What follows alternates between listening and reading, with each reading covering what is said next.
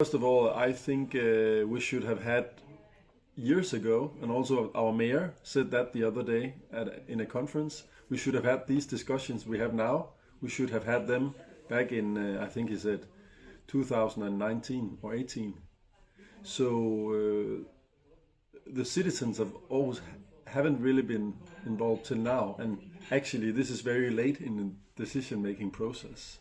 We should have had these bigger talks about what do we want with our city, what kind of city development, what value has the harbor vis-a-vis the whole city, and how do we want to see Aarhus as a city developing vis-a-vis the bay of Aarhus in terms of aesthetic and nature. That's one problem.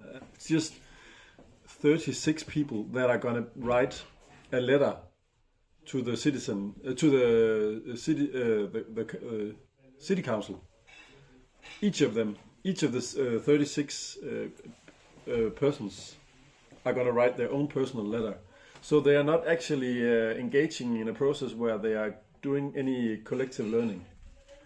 The way you look when you stand on the land and look out, it will definitely change the identity of the city that is located in the bay, on the water. Yeah, that's one theme also.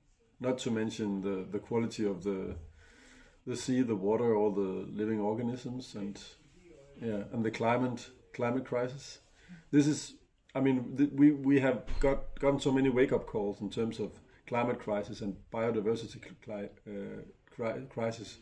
So we should stop and hesitate and not go on quickly with this decision. This is serious stuff, really serious stuff for the whole planet.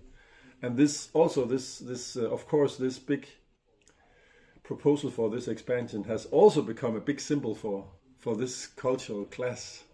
For many years, I think there will be like transportation chaos in the middle of the city, because there are also other big infrastructure projects or building projects planned.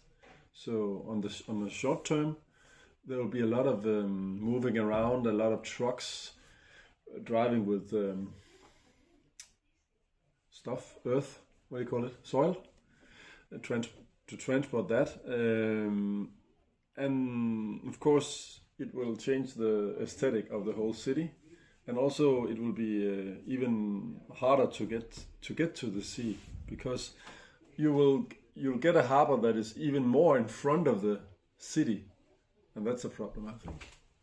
One good thing, if you look at how the city is located, at least, is we have forest north and south of the city, and then we have the bay. So that's like the basic setup, right? And then we also, located in the bottom of a kettle.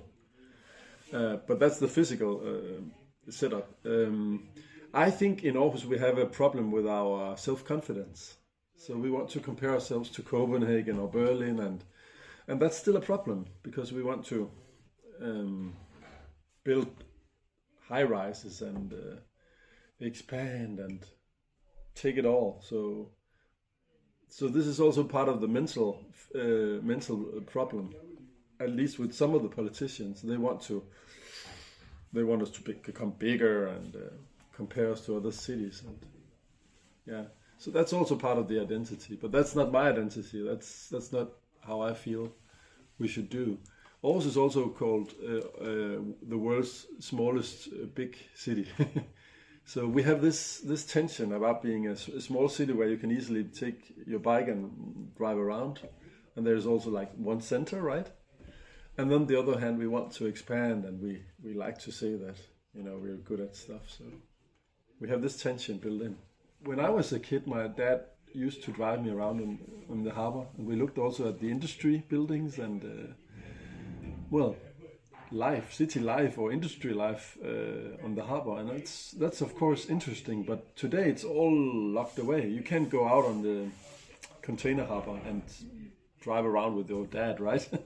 That's not possible anymore. So you can't do all that exploratory adventurous sightseeing in your own city anymore.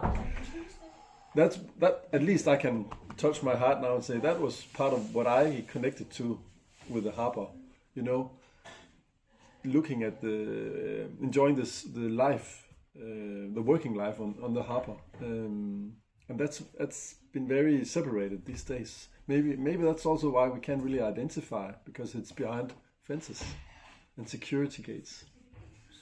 My worst fear is to have some politicians who don't really can feel, who don't have empathy.